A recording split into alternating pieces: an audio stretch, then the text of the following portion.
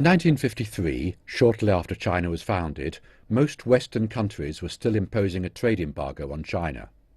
Stephen's father, Jack Perry, who was chairman of the London Export Corporation, along with a few insightful men in the industry, visited China at the invitation of the China Council for the Promotion of International Trade, or CCPIT. Their delegation was later known as icebreakers, since they broke through the iced-up trade between the West and China. The following year saw Jack Perry and 48 British companies attempting to develop trade with China through the formation of the 48 Group, which later became known as the 48 Group Club in the early 1990s. Ever since 1967, Stephen has been helping his father in trade with China and has also offered consultancy services to British companies entering China's markets. Stephen himself has been to China more than 200 times and has witnessed the evolution of society. He has inherited his father's spirit as an icebreaker, continuing to promote Sino-British trade relations. So what is different today from 40 years ago is that people have got to look at each other and take a much longer term perspective.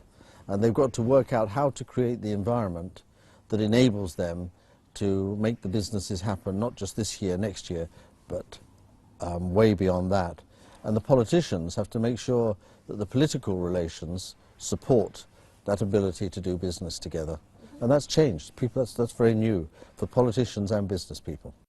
Perry pointed out that today's British-Chinese business relations have reached an all-time high of capital flows, compared with the earlier simple exchange of commodities.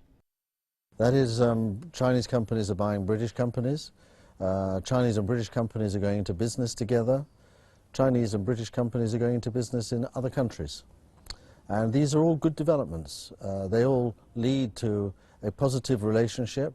And if you think of the Silk Roads and you think of Eurasia as the new continent that is opened up by the Silk Roads, here we have the UK at one end and China at the other end.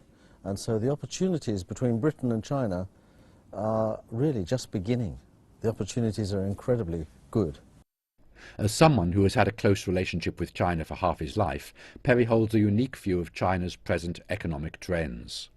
The Western media doesn't quite have an understanding of some of these things. For example, they talk about the new normal, and all they focus on is, will China make 7% growth this year?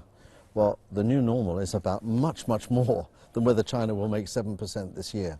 The role of the 48 Group is to make sure that the British and Western companies and policymakers understand what China's policies are about. So the history of the rise of countries tells us that there's a lot of conflict that occurs, and a lot of countries try to rule the world, and it doesn't work.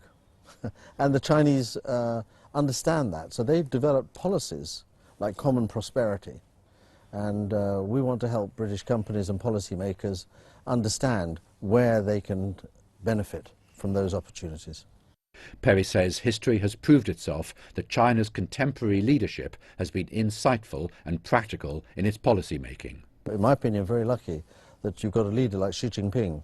He clearly is a very wise person, and to my mind he's one of the most remarkable statesmen of the 21st century.